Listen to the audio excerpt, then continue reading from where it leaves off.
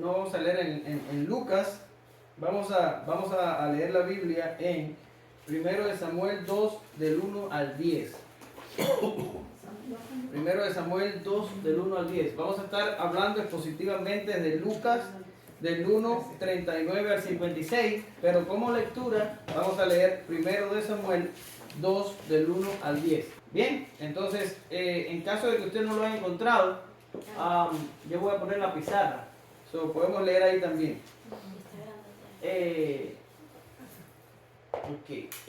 Dice así: y Ana oró y dijo: mi corazón se regocija en Jehová, mi poder se exalta en Jehová. Mi boca se ensanchó sobre mis enemigos, por cuanto me alegré en tu salvación. No hay santo como Jehová, porque no hay ninguno fuera de ti, y no hay refugio como el Dios nuestro.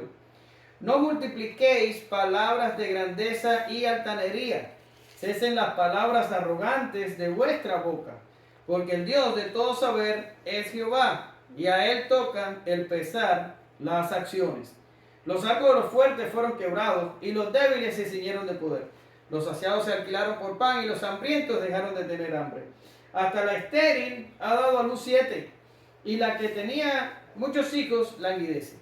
Jehová mata, y él da vida. Él hace descender al Seol, y hace subir. Jehová empobrece, y él enriquece. Abate, y enaltece. Él levanta del polvo al pobre, y lo... yo creo que... perdón. Donde me quedé: Jehová empobrece y enriquece, abate y enaltece. Él levanta del polvo al pobre, y del muladar exalta al menesteroso. Hace para hacerle sentarse con príncipes y heredar un sitio de honor. Porque de Jehová son las columnas de la tierra, y él afirmó sobre ellas el mundo. Él guarda los pies de sus santos, mas los impíos perecen en tinieblas. Porque nadie será fuerte por su propia fuerza. Delante de Jehová serán quebrados sus adversarios, y sobre ellos tronará de los cielos. Jehová juzgará los confines de la tierra, dará poder a su rey, y exaltará el poderío de su ungido. Te damos gracias, Dios, en esta mañana. Te pedimos que tú bendigas tu pueblo a través de tu palabra. En el nombre de Jesús, amén. Gracias, Señor. En la sección pasada vimos las obras grandes que Dios hizo con María, una joven de apenas 14 años que vivía en una ciudad sin importancia de la menospreciada Galilea. Sin embargo, esta muchacha, de la que Lucas prácticamente no dice nada, creyó un anuncio angelical único en la historia del hombre y se ofreció a Dios como una sierva obediente que él pudiera usar. Por causa de esto, ella sería la madre del Hijo de Dios, el Verbo eterno que venía a este mundo, tomando forma de siervo para salvar a su pueblo de sus pecados. El anhelado Mesías irrumpía en la historia del hombre para traer libertad a los suyos. Hoy esta historia continúa, pues el ángel dejó señal en María acerca de una pariente suya que había concebido su vejez. Ella pues se prepara para descubrir por sí misma de qué se trata todo aquello. Pero en este viaje le esperan sorpresas, y ella haría uno de los 4 himnos que Lucas registra en su evangelio y pasaría a la historia como el Magnificat, un cántico glorioso que exalta solo a Dios y que también veremos hoy. Por último, María y su pariente Elizabeth le dejan en estos versos un ejemplo de piedad a la mujer cristiana, ayudándola a ver cómo el evangelio les da un poder especial en la historia de la redención. Hoy este estudio es un manjar para cualquier mujer que pueda verlo. Vamos a estar viendo 6 puntos. Vamos a ver: María visita a Elizabeth, verso 39. Bienaventurada la que creyó, del verso 40 al 45. Vamos a ver el Magnificat, y le puse la frase completa en latín, y por supuesto que no se la voy a pronunciar porque no tengo ni idea cómo se pronuncia. 46 al 55, un hombre mudo y mujeres que alaban. Eso va a ser interesante. La verdadera adoración. Y vamos a ver en el verso 56, María regresa a su casa. Eso es todo lo que vamos a estar viendo. Vamos a avanzar y vamos a ir al verso 39, ¿verdad? María visita a Elizabeth, verso 39. En aquellos días, levantándose María, fue deprisa a la ciudad, a una montaña, deprisa a la montaña, a una ciudad de Judá. Lucas 1:39. Lo primero es que Lucas vuelve a conectar las historias. Lo vimos en la clase pasada cuando dijo en el sexto mes, ¿se acuerdan? Y ahora él dice en aquellos días. Él está diciendo, todavía estoy hablando de lo mismo. Desde que empecé hasta ahora estoy tratando eventos que son conectados unos con otros y los protagonistas son prácticamente los mismos. Lucas es un historiador meticuloso y se ocupa de estos detalles. Es probable también que el lapso que había pasado entre el anuncio de Gabriel a María y la decisión de María de partir fue un corto tiempo, muy corto. ¿Por qué razón? Porque el ángel le da a María la prueba tangible de que si el poder de Dios se había derramado sobre Zacarías y Elizabeth y habían concebido en su vejez, ese mismo poder se derramaría en ella para concebir al Hijo de Dios. Por tanto, ella tenía la prueba en su mano y estaría desesperada por corroborar los hechos. No hay pecado en esto. Corroborar hechos es algo bueno, sobre todo en nuestros tiempos si lo hacemos a la luz de la Escritura. Ahora, en aquellos tiempos no había teléfono, ni correos electrónicos, ni nada por el estilo. Si María quería comprobar que su prima o su pariente o lo que usted quiera llamarle, ellas estaban relacionadas sanguíneamente, pero no sabemos cuál era el parentesco. Si ella quería comprobar que esta mujer había concebido, ella no le quedaba de otra que ir hasta donde se encontraba Elizabeth. Ahora, esta decisión de María la sumerge en un viaje que lo decimos fácil, pero no fue para nada fácil. Y por eso es que le traigo el mapa. Usted lo que está viendo aquí, y está un poco claro, pero se nota bastante, es toda Palestina. Acá abajo está Judea, ¿verdad? Aquí en el mediecito está Samaria y tenemos a Galilea acá. Y lo primero que ve acá con un puntico es Nazaret. Este es el mar de Galilea, este es todo el Jordán, este es el mar muerto, este es todo el Mediterráneo. ¿Ya está ubicado? Ahora, María sale de Nazaret, su pueblo, ¿verdad? Y se dirige, dice la Biblia, a la montaña, a una ciudad de Judá. Ahora, ¿cuál ciudad era? No lo sabemos. Hay algunos comentaristas que dicen que era Hebrón. Yo sinceramente no creo que Hebrón fuera la ciudad, porque Hebrón queda muy al sur de Jerusalén y no creo que sea eso, que sea esa. Y hay otros comentaristas que dicen que era una pequeña ciudad que estaba cerca de Jerusalén, que se llamaba Encarim. Y usted va a decir, bueno, pues ¿con cuál me quedo? Bueno, yo en lo personal no me quedo con ninguna.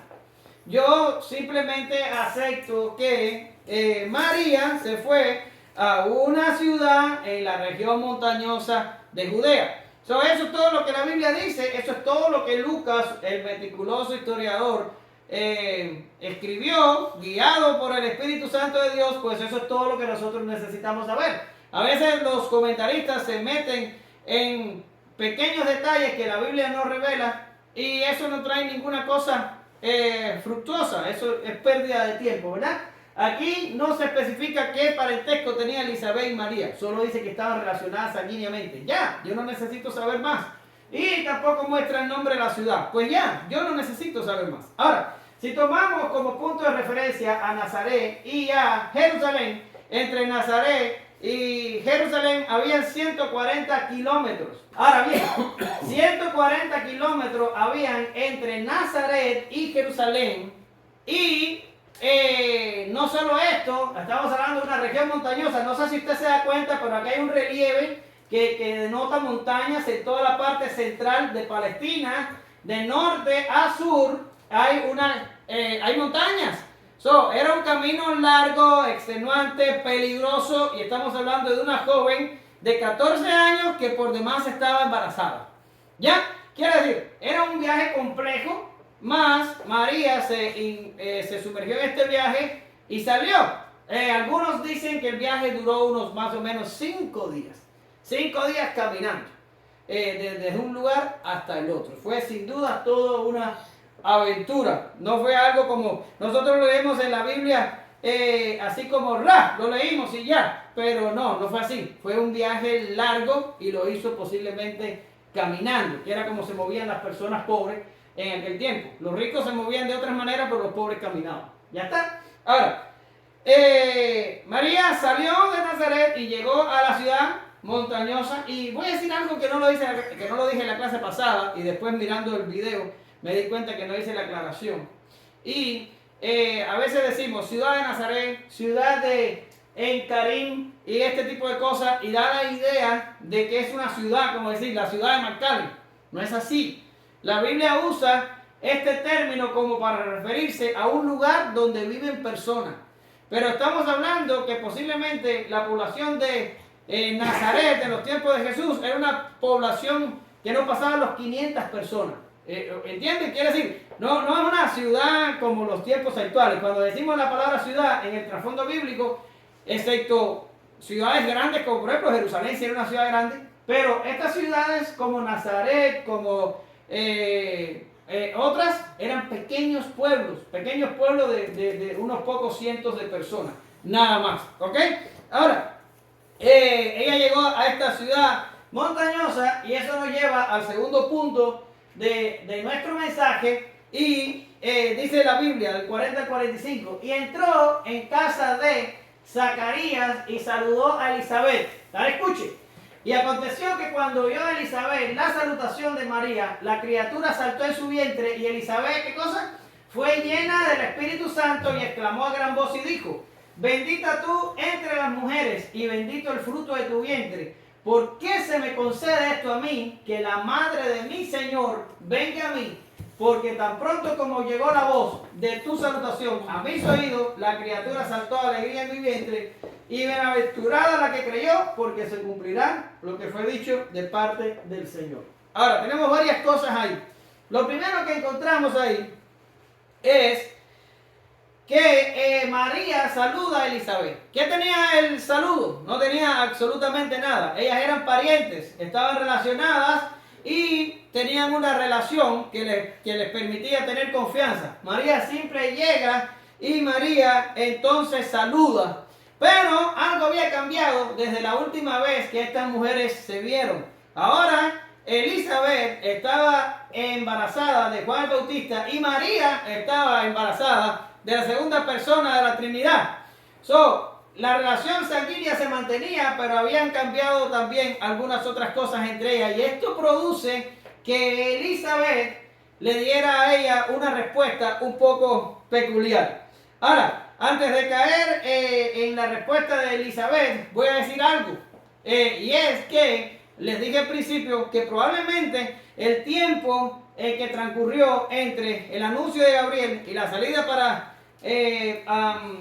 la casa de Elizabeth fue corto. Fue un corto tiempo. Dice que María salió deprisa, ¿verdad que sí? Ahora, estamos hablando de que estaban separadas mínimo unos 140 kilómetros. Hay algunos comentaristas que dicen que estaban separadas 160 kilómetros. Yo no sé realmente y nadie sabe exactamente por no saber el nombre de la ciudad, pero más o menos unos 140 kilómetros podemos tenerlos ahí. Quiere decir, en aquellos tiempos era imposible que Elizabeth supiera que a María le había visitado un ángel que le había dado el anuncio que le dio, y mucho menos que María había concebido del Espíritu Santo. Era imposible que María lo supiera, que Elizabeth lo supiera. ¿Ya? Ahora, cuando María saluda, dice que la criatura le salta en el vientre a Elizabeth y esta fue llena del Espíritu Santo, y dice las palabras que ustedes acabaron de escuchar. La interpretación que yo hago de este pasaje es que Elizabeth recibe por revelación de que María había sido visitada por el ángel, de que se le había dado el supuesto anuncio y de que María había concebido del Espíritu Santo y tenía en su vientre al Hijo de Dios. Esto no pudo haberlo recibido Elizabeth por vías naturales. Ella lo recibe por revelación. Y lo pongo yo ahí. Hay algunos que están de acuerdo conmigo en la bibliografía, hay otros que dicen que no, pero yo me inclino a pensar, sin exagerar, de que esta fue la manera en la que pasó. ¿Ok? Ahora, Elizabeth, le dice algo interesante a María, y ella le dice: bendita tú entre las mujeres y bendito el fruto de tu vientre. Ahora, ¿qué cambió aquí? Bueno, lo que cambió aquí era que María estaba portando al Hijo de Dios. Eso era lo que la hacía especial. María no era especial en sí misma. Vemos en la clase pasada que ella se turbó con la salutación del ángel porque ella no se creía merecedora de semejante saludo. Y ahorita cuando hablemos del Magnificat vamos a ver que María se refiere a sí misma como una persona de baja condición. En la Biblia de ustedes dice bajeza, pero significa baja condición, ¿ya? O una condición humillante. Ahora, María no se creía especial ni era especial. ¿Qué la hacía especial? La hacía especial la presencia en su cuerpo de el Hijo de Dios, el Verbo, el segunda persona de la Trinidad. ¿Ya? Ahora, cuando ella dice, bendita el fruto de tu vientre, ella está moviendo el foco de atención hacia María y absolutamente todo el foco hacia María. Ahora, pregúntese, ¿a qué fue María a ver a su pariente? ¿A qué fue? A ver si en verdad estaba embarazada y a ver si las palabras del ángel eran verdad. Ella no fue a hablar de ella ni de hablar del fruto del vientre de ella, estoy hablando de María. Ella fue a comprobar si Elizabeth en verdad estaba embarazada y si lo que el ángel había dicho era verdad. Esta era la prueba para María de que todas las palabras del ángel se cumplirían, ¿verdad que sí? Pero cuando ella llega, la conversación se invierte y toda la conversación se va a María, donde tenía que haber sido Elizabeth, ella tenía que haber llegado, ¿verdad que estás embarazada? Hoy en tu vejez, el hijo que tanto has pedido, pero no existe esta conversación allí. Todo ronda alrededor de el fruto del vientre de María. Y yo digo, ¿qué actitud más hermosa la de Elizabeth? ¿Verdad? En estos tiempos nosotros vivimos en una sociedad llena de gente envidiosa. Gente que tú llegas y tú le dices, viste, el proyector que me compré tiene 2500 lumen. Y dice, sí, yo tengo uno como de 5500 lumen. La gente ya no quiere que tú le hables de su proyector, ellos van a hablar del de ellos. No, viste, me estoy pensando en comprarme un carro del 24. No, ya me compré el del 25 y no sé qué. Lo de la gente en la conversación es opacar lo que tú vienes a decir y tratar de meter lo que ellos quieren hacer. O sea, nadie quiere renunciar a el centro de la atención. Todo el mundo quiere que las cámaras estén todo el tiempo directo hacia la persona. Hay una envidia generalizada y es todo una competencia por la atención. Pero esta Elizabeth le digo a las cámaras, quítese cámara, que aquí no tengo ninguna historia que contar yo. Aquí tenemos a una mujer que cargue su vientre al Hijo de Dios. ¿Lo ven? Pero usted va a decir, pero si hubiera sido Elizabeth la moderna, la de hoy, la cristiana nueva convertida hubiera dicho, espérate, yo también soy importante. Yo tengo en mi vientre al profeta más grande de todos los tiempos. Iba a ser Nazareo, iba a ser el precursor del Mesías. ¿Alguien quiere escuchar mi historia? Pero no, esta mujer desvió la atención y la dirigió a donde tenía que ser dirigida. ¿Y dónde vamos a ver esa actitud después? ¿Dónde la vamos a ver? La vamos a ver en el propio Juan, que fue criado por esta mujer santa de Dios.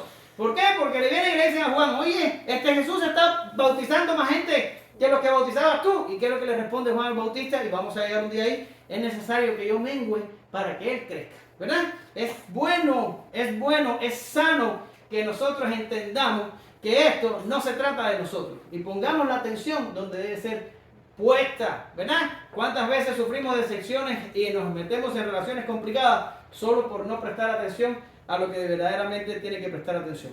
Ahora, vamos a seguir. Dice otra cosa y es muy interesante. Dice, María, le llama a María la madre de mi Señor, ¿verdad que sí? Y esto es increíble. Yo pongo en el estudio que es una frase gloriosa y compleja. Gloriosa porque de nuevo Elizabeth se centra en Jesús y no en María. Note que Elizabeth no dijo María mi señora, como dice la mariología romana, ¿verdad? María dijo la madre de mi Señor. Vuelve a centrar la atención donde es importante. No en María, como quiere hacernos creer la Iglesia Católica Romana, y no en ninguna de ellas, sino en Jesús, ¿verdad que sí? Pero ahora, la frase es compleja porque ella está diciendo la madre de mi Señor, no está diciendo la madre del que va a ser mi Señor. El niño no ha nacido. El niño posiblemente tendría más o menos, calculo yo, una semana de concebido en el vientre. En una semana es improbable que María haya tenido señal alguna, biológicamente hablando, de que estaba embarazada. Había transcurrido demasiado poco tiempo. ¿Lo ven? Sin embargo, esta mujer está diciendo, tú eres, déjame no señalar para que hay hombres, tú eres la madre de mi Señor. ¿Y esto qué está haciendo referencia Elizabeth? Posiblemente, y en mi opinión, a que ella estaba haciendo referencia a la naturaleza preexistente del divino ser que estaba en María, el Hijo de Dios. Porque Jesús, estando con una semana en el vientre de María, era el Señor de Elizabeth, de María y de todos nosotros. Pero 15 días antes de eso, era también el Señor. Y 9 meses después que eso, también sería el Señor. Pero Elizabeth dice, la madre de mi Señor. Ahora mismo, con una semana dentro de tu vientre, es mi Señor, porque antes de estar ahí, era la segunda persona de la Trinidad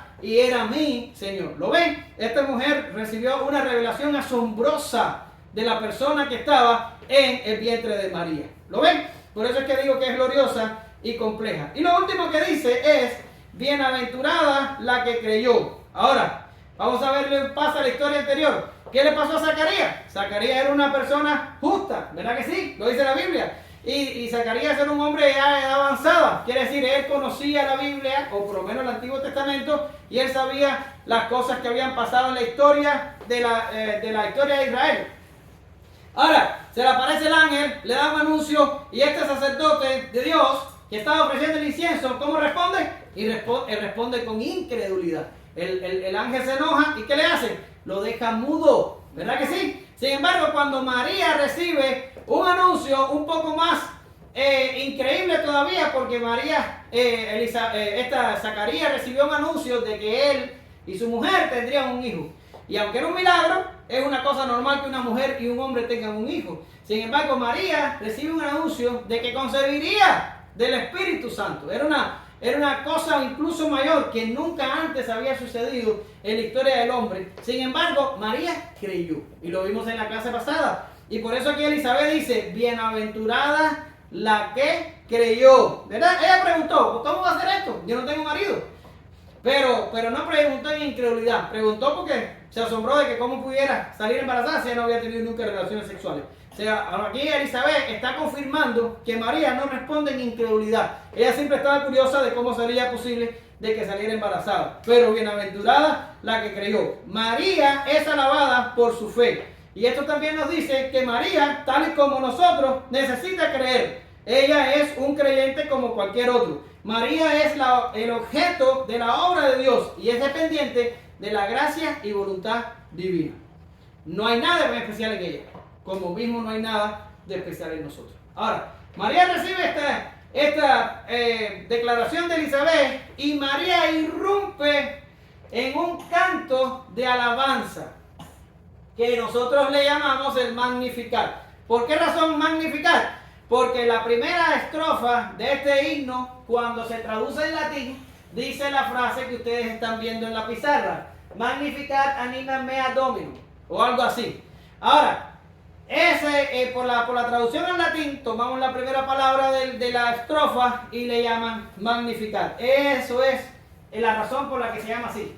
Pero ¿qué dice el himno? Vamos a leerlo. Está un poco largo, pero necesitamos leerlo. Dice, entonces María dijo, engrandece mi alma al Señor y mi espíritu se regocija en Dios mi Salvador, porque ha mirado la bajeza de su sierva, pues he aquí, desde ahora me dirán bienaventurada todas las generaciones, porque me ha hecho grandes cosas el poderoso, santo es su nombre, y su misericordia es de generación en generación a los que le temen.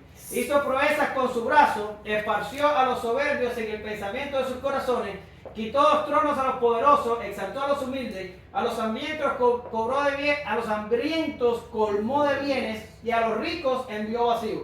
Socorrió a Israel su siervo, acordándose de la misericordia la cual habló a nuestros padres para con Abraham y su descendencia para siempre. ¿Verdad que sí? Ahora, este himno es un himno sumamente hermoso y vamos a estar viéndolo en su totalidad. Ya le dije que el nombre lo tomamos de la traducción latina en su primera estrofa, y lo otro que tenemos que decir rápido es que hay una hay una similitud entre el cántico de Ana que leímos al principio y el cántico de María que estamos viendo ahora. Usted no lo ve porque yo le estoy dando todo a golpe de palabras en español cubano a mucha velocidad y usted no es capaz de verlo. Pero si usted cuando se termina el estudio, usted se queda solo y usted coge los dos cánticos y los pone así uno al lado del otro y los lee con cuidado, usted se va a dar cuenta de la cantidad de similitudes que tiene.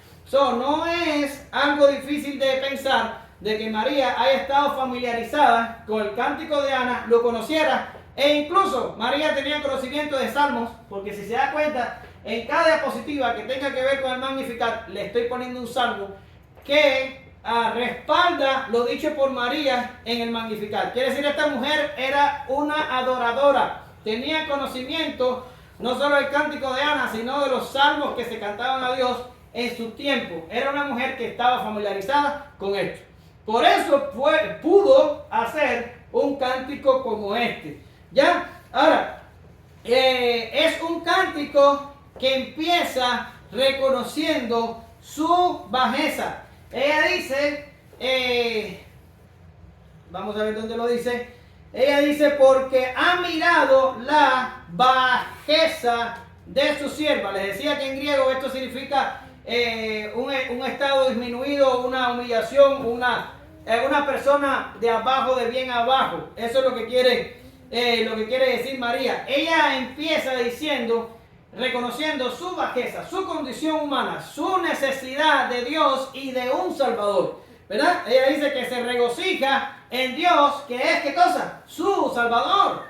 Hoy en día muchos creen que María puede dar gracia, que María puede interceder, que María puede salvar. Nada de esto. María no puede hacer nada de esto. Ella misma reconoció en su cántico que ella tenía una condición de humillación, como la tenemos todos nosotros, y que ella necesitaba de Dios, que era su Salvador. Hasta ahora vemos que esta mujer necesita de la gracia, necesita de la fe, reconoce su bajeza y necesita un Salvador. En fin, María es como cualquier creyente. Y este cántico destruye y echa por tierra toda la mariología romana. ¿Ok? Ahora, vamos a seguir adelante. Este cántico es un cántico de María, pero es un cántico a Dios. Si usted lee el cántico completo, se puede dar cuenta que María se refiere a Dios usando 5 títulos. Le dice Señor, le dice Dios, le dice Salvador, le dice Poderoso y le dice Santo. ¿Verdad que sí? Oh, perdón, hay una cosa que no hice y es que no leí el Salmo. Estamos diciendo que María reconoció su bajeza. Mire lo que dice el Salmo 103 del 10 al 14. No ha hecho con nosotros conforme a nuestras iniquidades, ni nos ha pagado conforme a nuestros pecados, porque como la altura de los cielos sobre la tierra, engrandeció su misericordia sobre los que le temen. Cuando está lejos el oriente del occidente, hizo alejar de nosotros nuestras rebeliones. Como el Padre se compadece de los hijos, se compadece Jehová de los que le temen, porque Él conoce nuestra condición, se acuerda de que somos polvo. ¿Ve la similitud entre los salmos y el canto de María? Ella reconocía la condición de que necesitaba un Salvador. Aquí dirige su cántico totalmente a Dios. Es un cántico a Dios. Dice el Salmo 115:1. No a nosotros, oh Jehová, no a nosotros, sino a tu nombre da gloria por tu misericordia y por tu verdad. María emplea cinco nombres. Señor, que implica señorío y soberanía y dominio. Dios, que habla de ser creador. Salvador, que refiere a que Dios es el único que nos puede salvar. Poderoso, aludiendo a sus atributos. Y santo, refiriéndose a su carácter. No es un cántico que trata de María, es un cántico que habla de Dios. Es un cántico que refleja a Dios y que lo exalta a Él. No hay nada para el hombre allí. Ahora, vamos para el tercero. Es un cántico por las obras. Es un cántico por las obras de Dios. Si usted se da cuenta, les puse los verbos que aparecen en el cántico. Son 11. Y son verbos donde el sujeto del verbo es Dios. Quiere decir, el que está haciendo la acción en todos los casos es Dios. Ha mirado, ha hecho, hizo, esparció, quitó, exaltó, colmó y envió. Ahí no están todos, por supuesto, ahí están algunos de ellos, pero son 11. Quiere decir, es un cántico por la obra de Dios. María está exaltando las la obra de Dios. La dice el Salmo 45. Has aumentado, oh Dios mío, tus maravillas y tus pensamientos para con nosotros. No es posible contarlos ante ti. Si yo anunciare y hablare de ellos, no pueden ser enumerados. ¿Lo ven? Como se parecen los salmos al cántico de María y viceversa. María exalta la obra de Dios, su intervención en la historia humana, su justicia, su gracia. María muestra que Dios es el autor, el dueño, el protagonista, el rey, el libertador, el juez, el restaurador y el salvador. Él pelea todas las batallas y las vence. La creación canta de él y de sus obras. Los lenguajes se agotan y nuestras palabras se quedan cortas. Su gloria llena el universo y la eternidad no es suficiente para adorar su nombre. Es un cántico que exalta a Dios. Ahora, también María lo presenta como juez justo. Y si se da cuenta, el cántico en todo momento, como el de Ana, Dios le está dando su merecido a los poderosos, a los ricos y a los que están en la parte alta de la sociedad. Y Dios visita a los pobres con misericordia, con gracia y los levanta de su condición de humillación. Es lo mismo que pasa en el de Ana, es lo mismo que pasa en el de María. Dios visitando a los arrogantes con juicio y a los humildes con la salvación. Ahora, seguimos. El D es un cántico por la fidelidad de Dios. Ahora María quita su atención de lo que es las obras de Dios en general y se centra específicamente en las obras de Dios para con Israel. Y emplea tres verbos muy interesantes. Ella dice, socorrió, acordándose y habló. Esto es importante porque María dice que el trato de Dios para con Israel está fundamentado en las palabras que Dios habló a los padres. A los padres. ¿Quiénes son los padres? Abraham, Jacob y a los que usted sabe, los patriarcas. Ahora, por los pactos hechos de Dios con estos hombres, Dios mantiene su misericordia y su pacto para con Israel. Incluso cuando Israel muestra una vida de infidelidad, de pecado y rebeldía frente a Dios, Dios todavía se acuerda del pacto y visita a su pueblo con la salvación. ¿Verdad? Salmo 98 del 1 al 3. Cantar a Jehová cántico nuevo, porque ha hecho maravilla. Su diestra lo ha salvado y su santo brazo. Jehová ha hecho notoria su salvación. A vista de las naciones ha descubierto su justicia. Ahora dice, se ha acordado de su misericordia y de su verdad para con la casa de Israel. Todos los términos de la tierra han visto la salvación de nuestro Dios. ¿Lo ven? María resalta que la obra de Dios es una obra de fidelidad y amor por Israel. Y que Dios lo hace por ser fiel al pacto con Abraham. Ahora voy a poner un paréntesis en lo que estoy diciendo, porque no quiero que usted se me ponga nacionalista y piense que cuando yo hablo de Israel me estoy refiriendo a todos los israelitas que han nacido y a todos los que forman parte del pueblo de Israel de manera biológica. No es así. Cuando lo estamos refiriendo a Israel, estamos reconociendo que Israel va más allá de simple nacer, como lo dice Pablo en Romanos capítulo 9. No es salvo aquel que biológicamente nace en Israel, sino aquel que es objeto de la promesa hecha a Dios. ¿De qué estoy hablando? Estoy hablando del remanente. En el Antiguo Testamento, los que se salvaron fueron el remanente de Israel y algunos gentiles. En el Nuevo Testamento se sigue salvando el remanente de Israel y un poco más de gentiles. Pero todos los dos pueblos, en ambos testamentos, constituyen el Israel espiritual, la descendencia de Abraham, y este es el verdadero Israel. Para nada nos estamos refiriendo a un Israel nacional donde una persona adquiere salvación por ciudadanía. No es esto lo que estamos diciendo. Bien, ahora, este es el maravilloso cántico de María. Empezó hablando de ella en la primera estrofa y solo dijo que era una persona de baja condición que necesitaba un Salvador. Y todo lo demás se enfoca, exalta y adora a el Dios de la creación, de la providencia y de la redención. Todo tiene que ver acerca de él. Pero antes de pasar a un pequeño añadidura que le hice al estudio sobre la adoración, quiero hablar un poquito de algo que me llamó mucho la atención en este pasaje. Un hombre mudo y las mujeres que alaban. Un hombre mudo y las mujeres que alaban. ¿Cómo empezó esta historia? Empezó con un sacerdote entrando al templo para ofrecer el incienso, un privilegio que pocos experimentaban. A este se le aparece un ángel con un anuncio fascinante y el sacerdote responde con incredulidad. En lo adelante, este hombre queda mudo al ser reprendido por el ángel. Desde entonces, y escuche, el relato se vuelve a dos mujeres, una anciana, justa y casada, otra joven, creyente y desposada. Pero ¿qué significaba ser mujer en estos tiempos? Significaba casi nada. Escuche, una mujer nunca se pertenecía a sí misma. Cuando era niña le pertenecía al padre y cuando se casaba le pertenecía al marido. La mujer nunca se pertenecía a sí misma en los tiempos bíblicos. Y si se rebelaba contra esto, era tratado como ¿qué? Como una ramera. Entonces era peor la condición. ¿Ya? Ahora, no se pertenecían a sí mismas, no eran instruidas, o sea, solo los hombres se les practicaba educación, a las mujeres no se instruían, no podían ser testigos en un juicio y tampoco eran contadas entre el pueblo. Quiere decir, cuando se dice que Jesús alimentó a 5,000 personas, no se estaba refiriendo a las mujeres, porque las mujeres no eran contadas. Ahora, en esta historia que estamos hablando y que ya llevamos 3 domingos hablando, a diferencia del varón, que el varón responde con incredulidad y queda mudo en su casa, allí estas mujeres derrochan sabiduría, fe y alabanza a Dios. Y esto está sucediendo mientras el hombre está mudo en casa.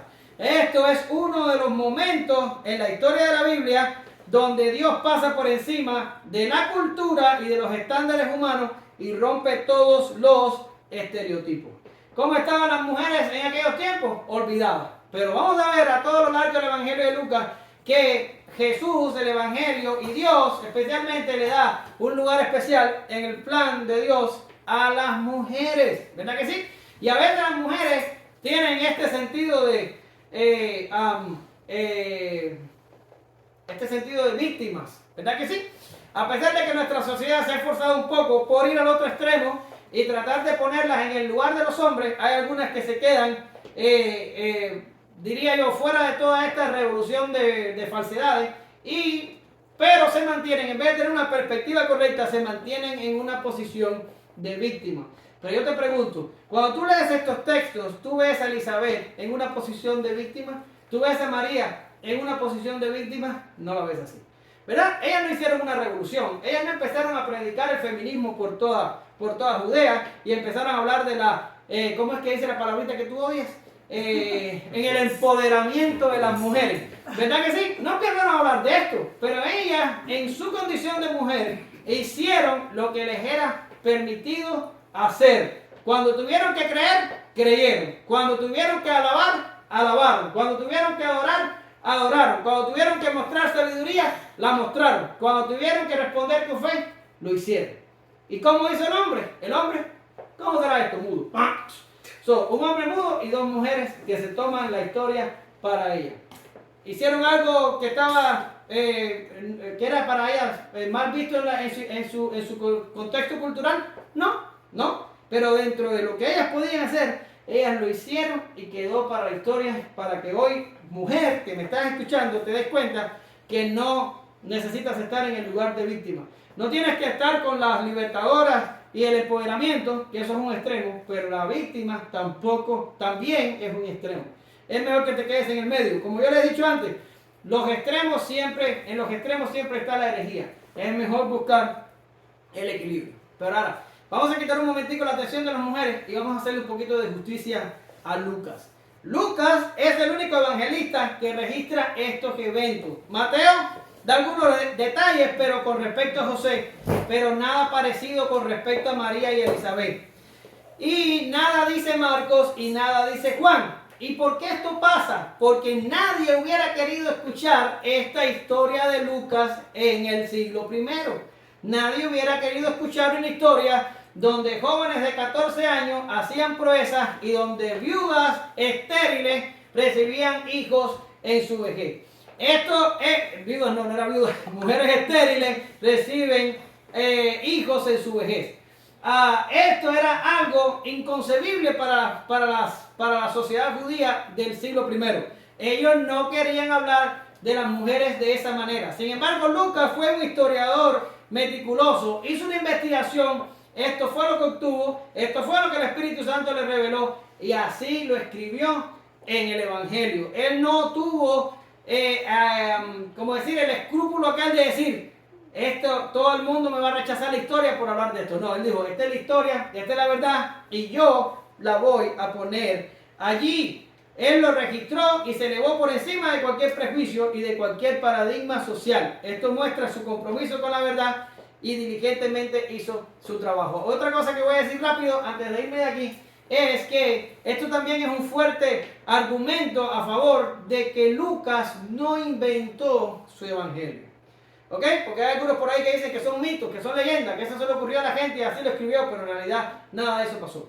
Y yo te digo, ¿cómo una persona del siglo I se le iba a ocurrir una historia donde las mujeres tuvieran tal notoriedad? A nadie, porque sabía que si la gente del primer siglo lo leía, iba a decir, ¡ah! Y le iba a tirar para allá. Porque las mujeres no se concebían en este nivel de protagonismo. Sin embargo, Lucas lo escribió tal y como lo fue recibido. Él escribió la historia real. Ahora, ¿qué aprendemos? ¿Qué aprendemos de el Magnificat con respecto a la adoración? ¿Qué aprendemos de María como adoradora? Les dije al principio que María tenía conocimiento del cántico de Ana y que María tenía conocimiento de los salmos para poder hacer semejante canción o semejante himno, como usted le quiera llamar. Ahora, ¿qué aprendemos de ella para nosotros como adoradores en nuestro tiempo hoy? ¿Qué aprendemos? Bien, aprendemos unas cuantas cosas y vamos a hablar de la verdadera adoración. Lo primero, la verdadera adoración la produce quien estaba desesperado y ha sido rescatado. Y ahí al final de cada inciso yo le puse el verso del Magnificat que prueba lo que yo estoy diciendo. Y abajo lo que vamos a leer es una cita que nos prueba el punto en otro lugar de la Biblia. ¿Ok? Ahora, la adoración verdadera la produce alguien que está desesperado y que ha sido rescatado. ¿Quién le canta a Dios? ¿Quién canta la salvación? ¿Quién canta la redención? Una persona que conocía su condición de pecador y el peso que cargaba sobre él, que iba a tener que pagar una condena por la eternidad en el infierno y que de momento, sin merecerlo y sin poder él hacer nada, Jesucristo le dio salvación y lo sacó del pozo de la desesperación. Solamente alguien así puede cantar.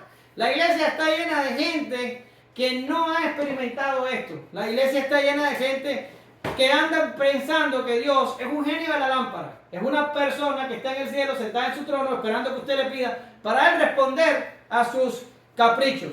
Y esto es lo que la gente busca en las iglesias. Que Dios les dé dinero, que Dios les dé posiciones, que Dios les dé y le dé y le dé y le dé, que Dios haga y que Dios haga. Sin embargo, esto no es evangelio. Esto no es Biblia. Esto es idolatría y esto es falsa religión. O como yo diría, religión externa. Pero el verdadero evangelio son gente que cantan a Dios, que agradecen a Dios, que adoran a Dios, porque estaban tan perdidos, tan desesperanzados, tan metidos en la condenación, que no tenían esperanza. Y ahí estaban y Jesús vino, y sin ellos merecerlo, los sacó de allí. Sin ninguna iniciativa humana, sin ninguna petición al respecto, sin ninguna inclinación a hacer lo bueno. Jesús vino y los sacó de allí, nos sacó de allí. Solamente alguien que experimenta la salvación puede cantar. Los demás van a cantar tonterías. Los demás van a cantarle a otro Dios, ¿verdad?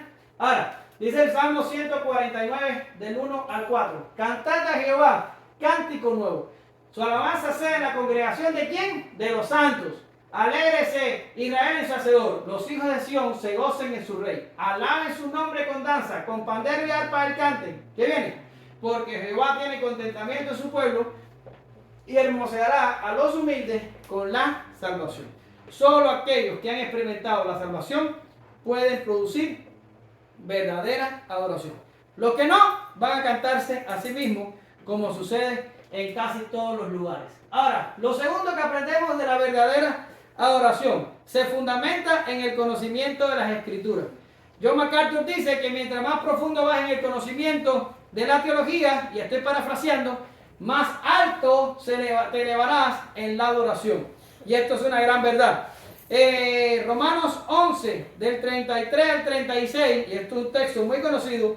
Pablo, después de haber escrito todo el libro de Romanos o toda la carta a los romanos, que es una carta por demás sumamente teológica, ya después de haberla escrito, Pablo se asombra de lo que había escrito, se asombra de Dios mismo y irrumpe en un cántico de alabanza y dice: oh profundidad de las riquezas, de la sabiduría y de la ciencia de Dios, cuán insondables son tus juicios, inescrutables tus caminos. Porque ¿quién entendió la mente del Señor? ¿O quién fue su consejero? ¿O quién le dio a él primero para que le fuese recompensado? Porque de él y por él y para él son todas las cosas. A él sea la gloria por los siglos. Amén. No puedes decir una cosa como esta si no sabes teología, si no sabes Biblia. No es leer como si fuera un periódico, es conocer las Escrituras. Por el conocimiento de las Escrituras conocemos sobre nuestro pecado y condición. La Biblia nos enseña la necesidad que tenemos del Salvador y lo perdido que estamos sin Él. La palabra es la revelación de Dios, de su carácter santo, de su ser, su voluntad y su plan. Sin conocimiento de la Biblia es imposible adorar, pues peligro terrible e idolatría despreciable es hacernos un Dios a nuestra imagen y pensar que adoramos al Dios verdadero. Esto pasa en la gran mayoría de las iglesias, hermano. No importa, yo te invito a que tú vayas a partir de ahora por 6 meses a una iglesia diferente aquí en McAllen o en Mission todos los días. Ve a una y yo te aseguro que vas a encontrar gente cantándose a sí mismo y gente orando a sí mismo, pero no a Dios. Eso es lo que abunda alrededor. Te lo digo porque ya yo pasé por eso. Ya yo busqué bastante en todo esto. Ahora seguimos. La verdadera oración es centrada y dirigida solamente a Dios. Ahora, puse los textos ahí y también en el próximo porque no me cabía en la diapositiva. No hay manera que eso quepa. Así que les voy a pedir por favor que usted vaya conmigo a Apocalipsis 4, porque vamos a leer allí Apocalipsis 4, 8, 11. O sea, de Apocalipsis 4 del 8 al 11, quise decir. Y vamos a leer para que usted entienda que la adoración es centrada y dirigida solamente a Dios. Y dice así: y los 4 seres vivientes tenían, esto está pasando en el cielo, hermano, no está pasando en la tierra. Y dice: y los 4 seres vivientes tenían cada uno 6 alas, y alrededor y por dentro estaban llenos de ojos, y no cesaban día y noche de decir, ¿qué decían? Santo, santo, santo, el Señor Dios Todopoderoso, el que era y el que es y el que ha de venir. Y siempre que aquellos seres vivientes dan gloria y honra y acción de gracias al que está sentado en el trono, al que vive por los siglos de los siglos, los 24 ancianos se postran delante del que está sentado en el trono y adoran al que vive por los siglos de los siglos. ¿Y echan qué? Echan sus coronas delante del trono diciendo: Señor, digno eres de recibir la gloria y la honra y el poder, porque tú creaste todas las cosas y por tu voluntad existen y fueron creadas. ¿A dónde se adora? A Dios. ¿Cuál es el centro de la atención? Dios. Todo gira en torno de Él. Dios es demasiado grande y poderoso, incomprensible y sabio, inaccesible y santo para compartir adoración. Por eso la idolatría es un pecado tan terrible. La adoración no puede contaminarse ni con la creación ni con los hombres. En esta historia solo hay lugar para uno: Dios. ¿Verdad? Y digo, no se puede contaminar con la creación porque hay gente que le canta a la creación. Y no se puede contaminar con nosotros los hombres porque todo lo que nosotros los hombres tocamos lo echamos a perder. Olvídese de eso. La adoración tiene que ser solamente a Dios y centrada en Él. De lo contrario, es adoración falsa. Y lo otro es que refleja la solemnidad del acercamiento al Dios Santo. Sujei Michelin dice que hay una tensión entre la solemnidad y el gozo. Él dice que nuestra música cristiana tiene que ser solemne, por lo que yo voy a expresar a continuación, y también tiene que tener gozo, pero hacen tensión a sí misma, porque casi pareciera que se contradicen, pero que el creyente tiene que lograr que esa tensión se resuelva y poder tener una alabanza que tenga solemnidad, o sea, reconociendo la naturaleza santa de Dios y reconociendo la condición nuestra, y nos acercamos a Él con mucha reverencia, pero también podemos sentir gozo, que no es el gozo que se siente por ahí. No, vamos a hablar del gozo después. Pero sintiendo gozo por ser por las obras que Dios ha hecho en nosotros. Ahora, vamos a ir a Hebreos 12, el verso 18. Voy a leer el verso 18, del 21 al 23, el 24a, 25a, 28 y 29. Usted en la Biblia suya no va a entender nada, pero simplemente escuche lo que yo voy a estar leyendo y yo se lo explico y todo va a estar bien. En el estudio que le mandé por WhatsApp, ahí está el texto tal y como yo se lo voy a leer ahora. ¿Por qué razón? Porque había muchos detalles y no quería que agarrara media hoja el pasaje. Pero miren lo que dice el autor a los Hebreos. Dice así: porque no os habéis acercado al monte que se podía palpar, refiriéndose a cuando el pueblo estaba ya recibiendo la ley en el Sinaí, ¿ya? Dice, no os habéis acercado al monte que se podía palpar y que ardía en fuego, a la oscuridad, a las tinieblas y a la tempestad.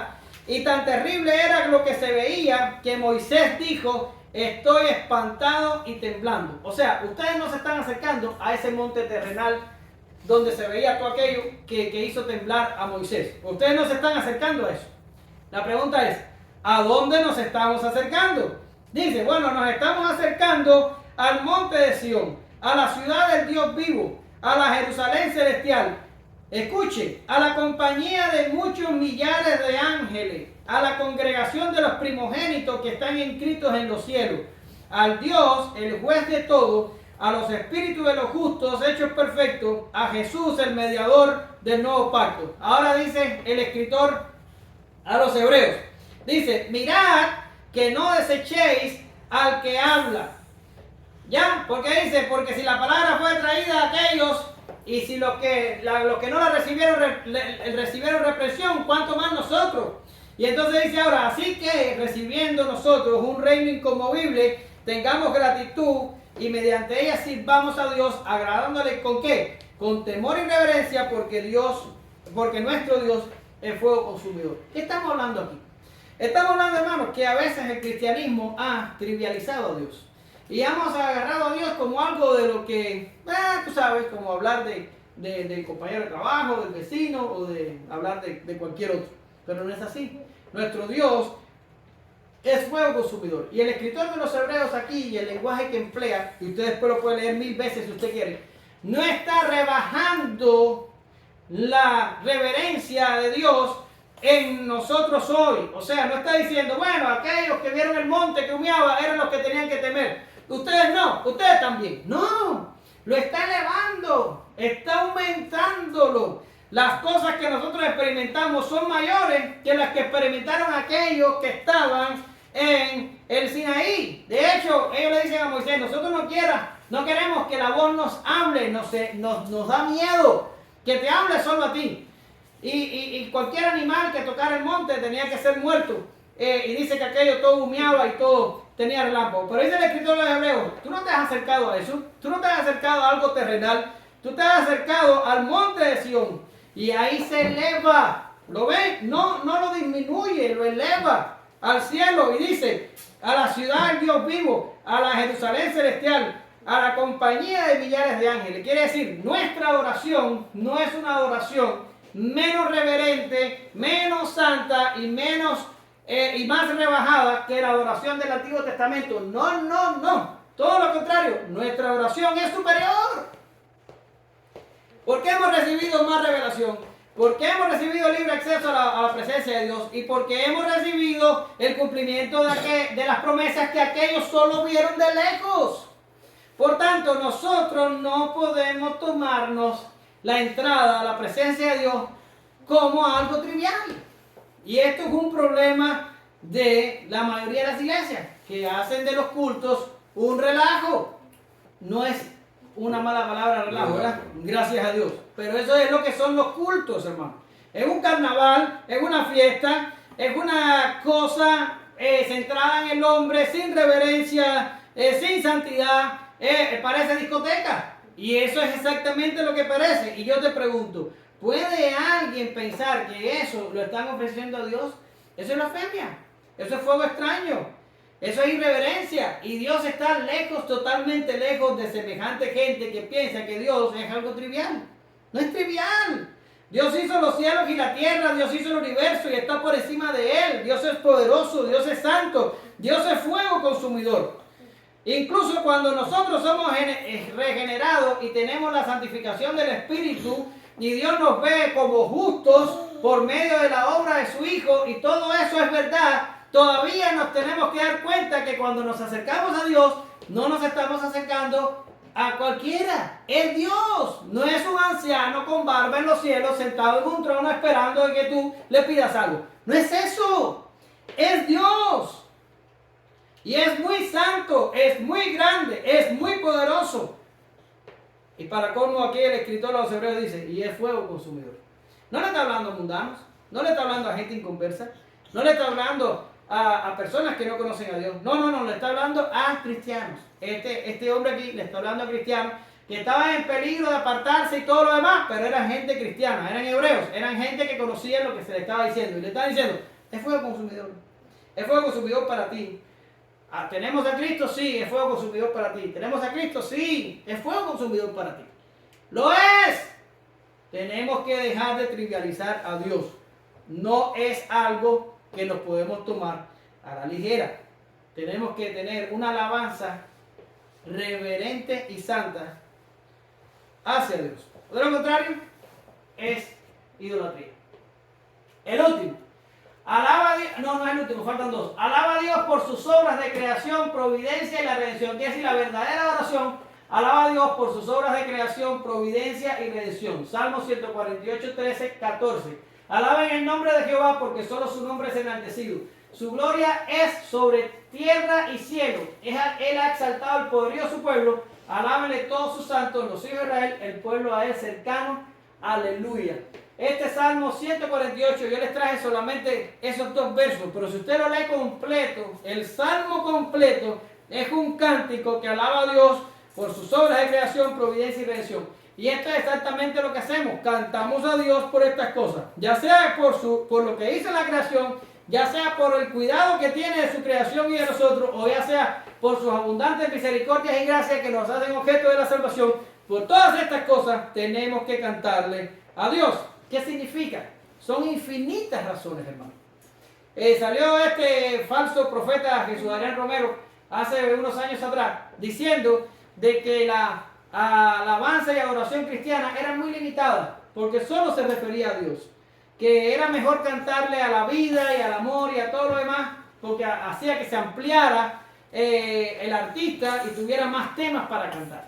Y es lo que decíamos al principio, la verdadera adoración solo la puede hacer alguien que ha experimentado la salvación, que antes estaba perdido y ahora está salvado. Es como dice Amazing Grace, ¿verdad? Yo estaba perdido, yo estaba ciego, yo estaba sin esperanza y la gracia me encontró y me hizo ver y ahora soy salvo.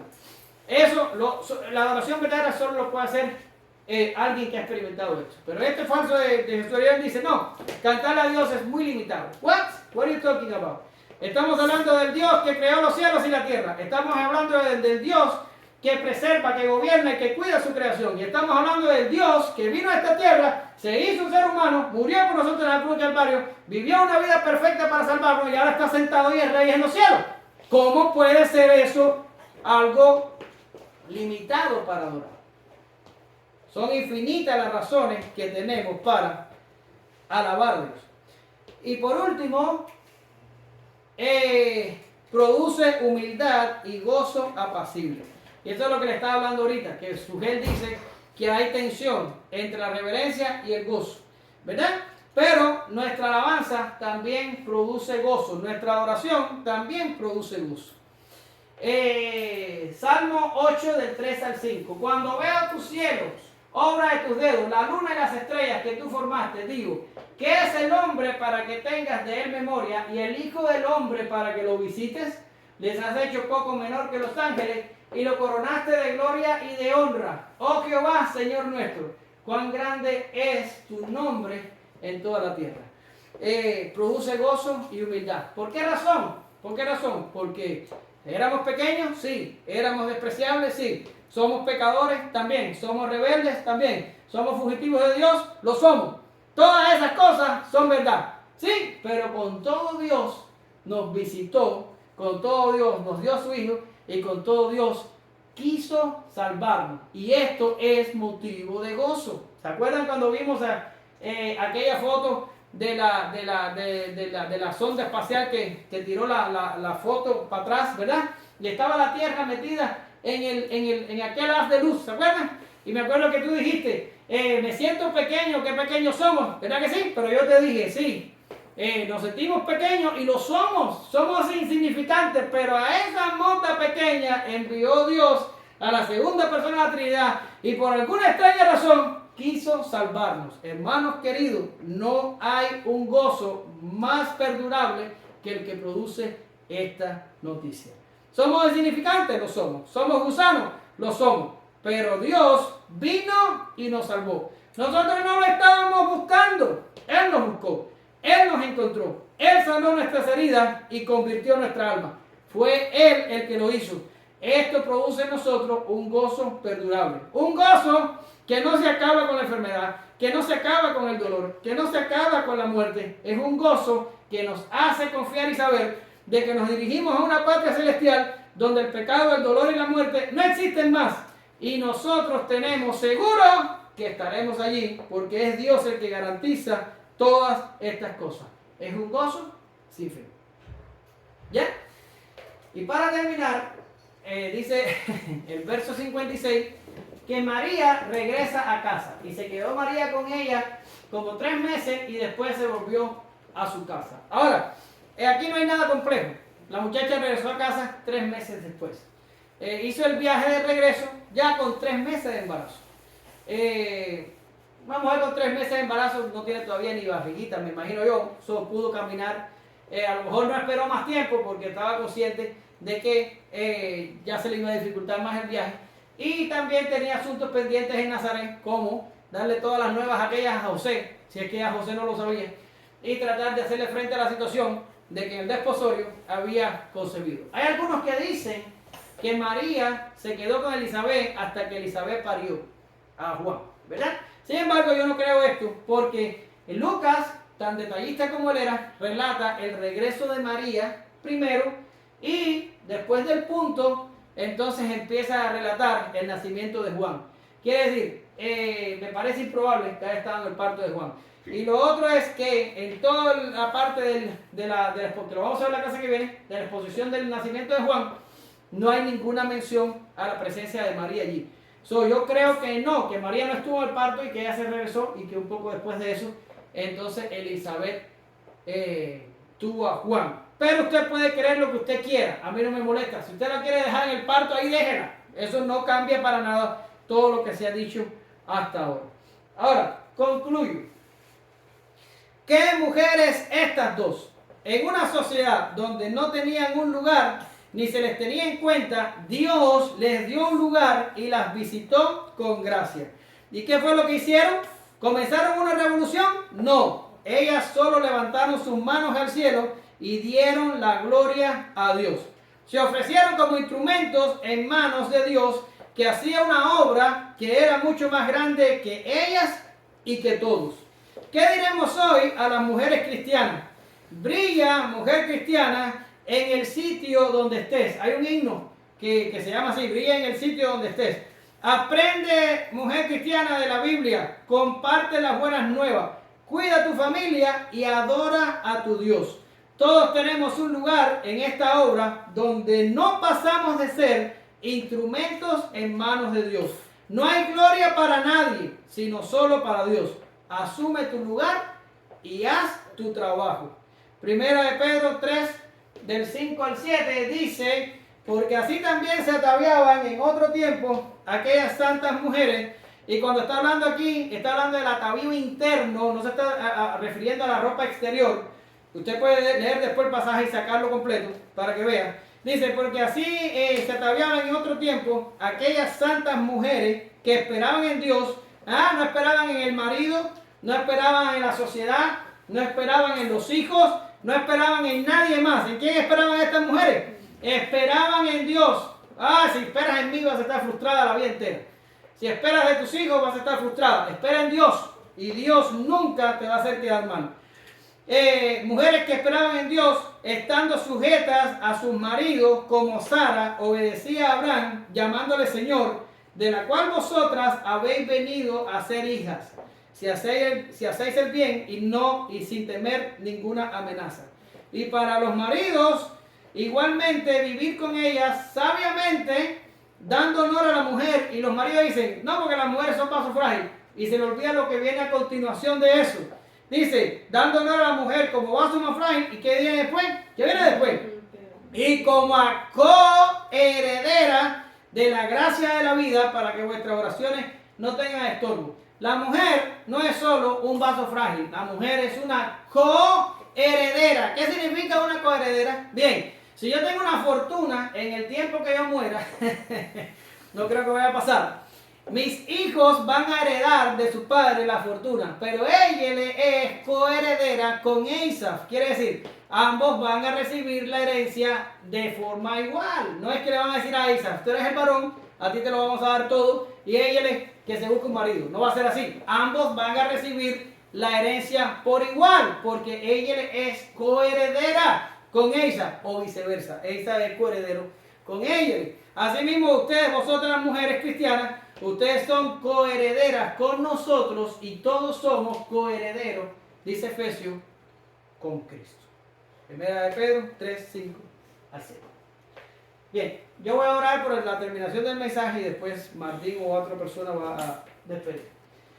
Gracias te damos, Señor, en esta mañana, porque tu palabra nos ubica a María en el lugar que le pertenece.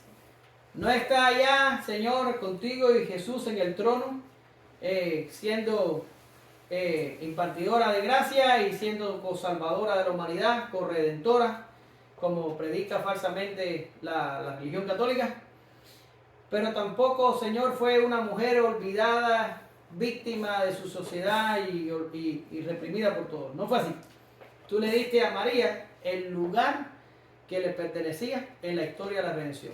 Y ella asumió, y también Elizabeth, ambas asumieron con fe, con sabiduría y, Señor, con piedad la responsabilidad y el trabajo que tú les diste para hacer. Te alabamos por esto, te damos gracias por estas dos siervas de Dios que usaste en su momento y no te defraudaron. Como diferencia de Zacarías, que tuvo que aprender por la vía de la reprensión, lo que cuesta no creer en ti. Pero te alabamos por todas estas cosas y te alabamos por nuestras mujeres. Y te pedimos que tú, Señor, quites toda mentalidad de víctima o de mujer despreciada o inservible o inútil, y tú las pongas, Señor, en la posición que verdaderamente están en tu iglesia como coherederas junto con nosotros. Y, Señor, tanto ellas como nosotros tienen una función, tienen una misión y tienen algo que hacer para tu gloria y para tu honra. Ayúdanos a todos, porque también los hombres a veces tendemos a opacar intencionalmente la importancia de las mujeres, pero son gracias a las mujeres que nosotros nacemos y son ellas las que sostienen como columna nuestra familia. Ayúdanos a todos a glorificarte, porque todos somos instrumentos en tus manos. Como dije antes, aquí no hay gloria para nadie, toda la gloria te la damos a ti. En nombre de Jesús oramos, te damos gracias.